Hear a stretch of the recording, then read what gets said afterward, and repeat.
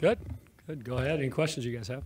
So what do you know now about the kickoff rule that you didn't know the last time we talked to you? Well, you can't put the tee or the ball on the tee flat like that. That's what I do know, and there's probably going to be more changes. That's the other thing I know. So we'll deal with it as they come. Did you guys do that earlier in camp before you were told not to? No, we messed around with some different things, but that's one of the things you looked at or heard about. But yeah, that's off the table now. So we'll just go with how it ever plays out. Of what you look for in the kicker change in terms of, obviously hang time and distance may be less important than how you can control those line drive kicks and things like that. What's the difference from? Yeah, you just said it. That's probably the easiest way to explain it. Hang time does not matter at all anymore.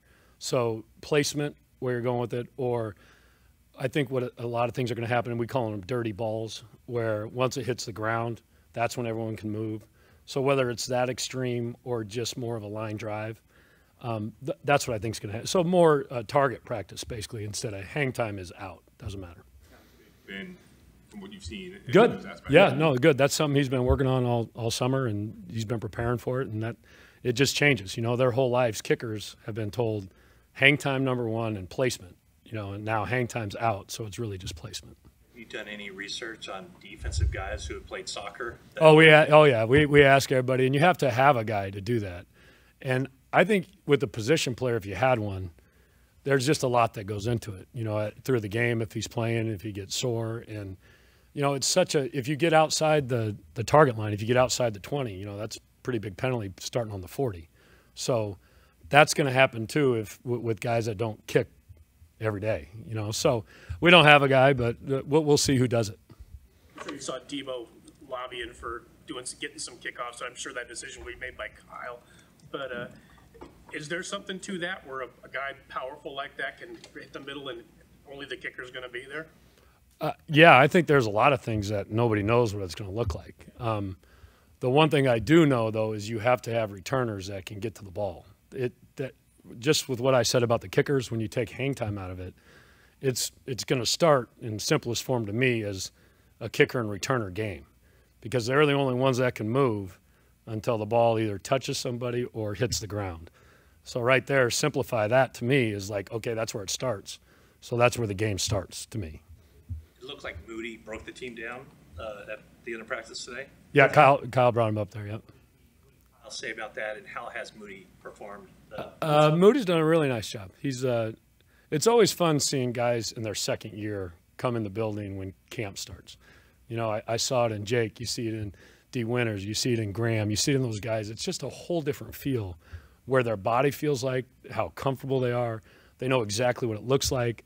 So they're all really excited, and Jake was no different on that. It's just a different mentality coming in year 2.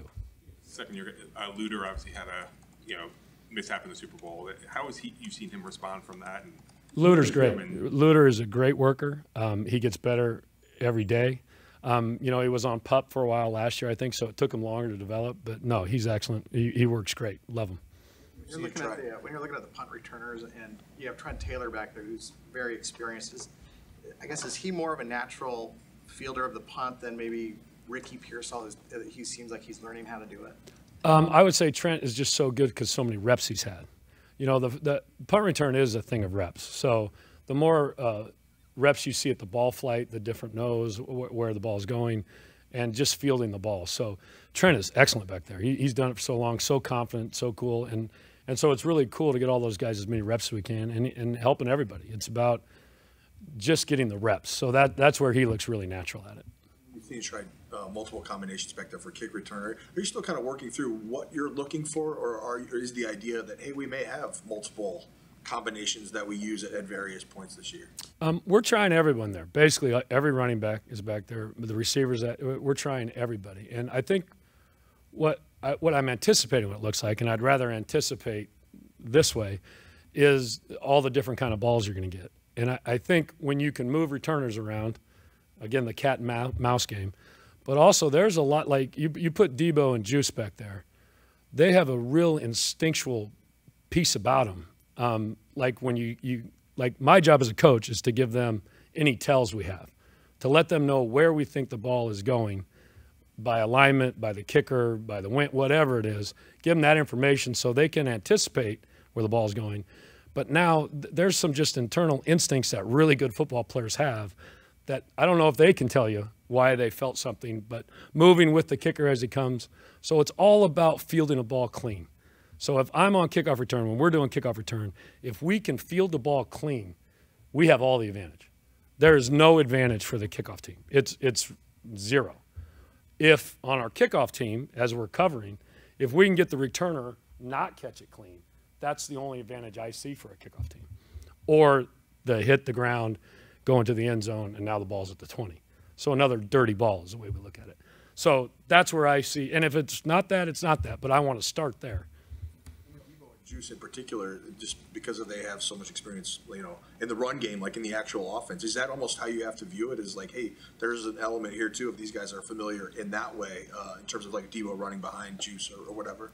Yeah, if it turns into trying to steal possessions from our team, or it turns into trying to win field position by kicking dirty balls and that's what teams, because in special teams try to attack us that way. We've had multiple teams try to fake punts against us, to steal another possession.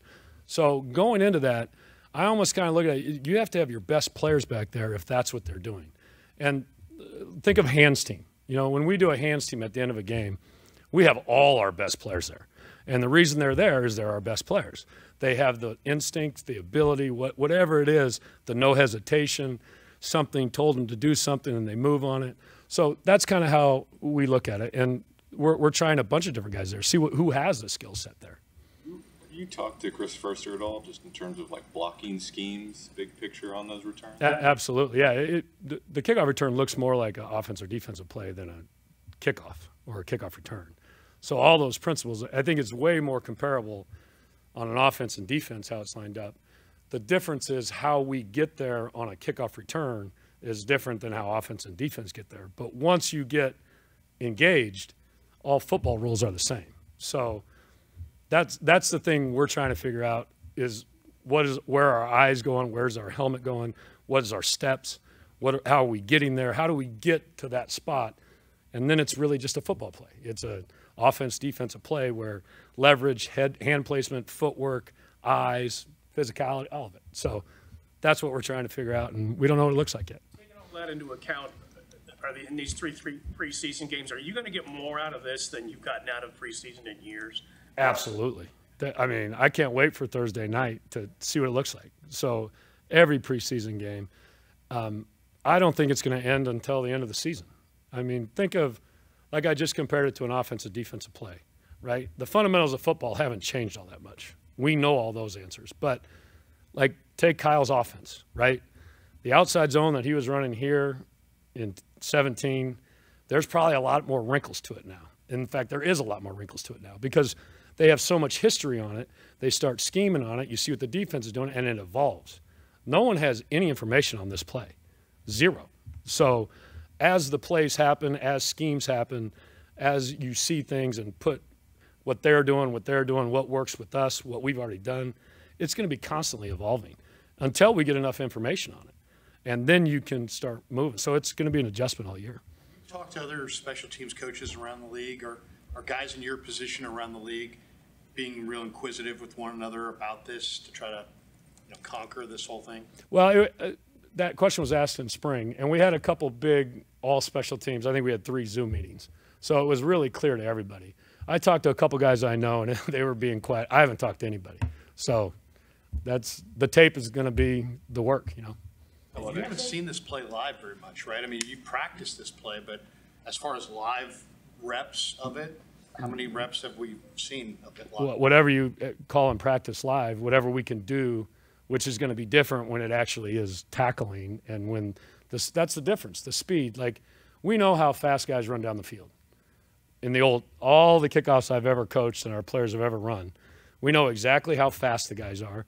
We know exactly what moves they do. We know when they go backdoor or away from the return if they have enough speed to get there. So you take all that speed out, and now we don't know what it looks like when a returner is going left. I don't know if I can go backdoor. I don't know if I can go and have enough speed to get there. So all those things, and now those decisions have to be made within this 5 yards. So think of it last year. If I'm on the kickoff team and all of us are running, The ball's kicked, we're moving. We have 4 seconds to take in all the information that the other team has given us. How the returner, where he's moving, what is the blocking scheme, how deep are they going. So guys have always processed a kickoff that way, running full speed and all these indicators getting them to the football. Now, and just think of this. I mean, every play these guys have ever done, when the ball is snapped, everybody moves, right? When the ball is kicked, everybody moves. And then that's how they've trained their whole life on moving and making decisions. Now the ball's kicked, they don't move. And now they have to process all that thing without moving. And to me, I mean, it might sound like, yeah, that's easy. I don't know if it is easy. Some guys can't process all that. They have to process a totally different way. So that's where we started. Let's start there, because we don't know what everything else looks like. But what is different about this play? How can we train our eyes and our footwork and our decision-making with the information we have now? And then when it happens really fast. So if you're false stepping, if you don't have a plan, it's going to be too quick.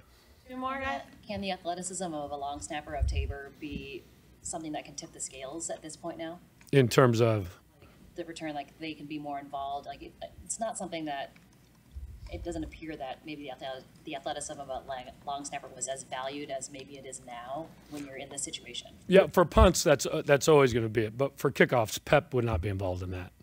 He'll just do the punt stuff. And we always work on him trying to be a factor in coverage, because those are always the best long snappers, is the ones that can be a factor. Last one. All right, thanks. Thank you, guys.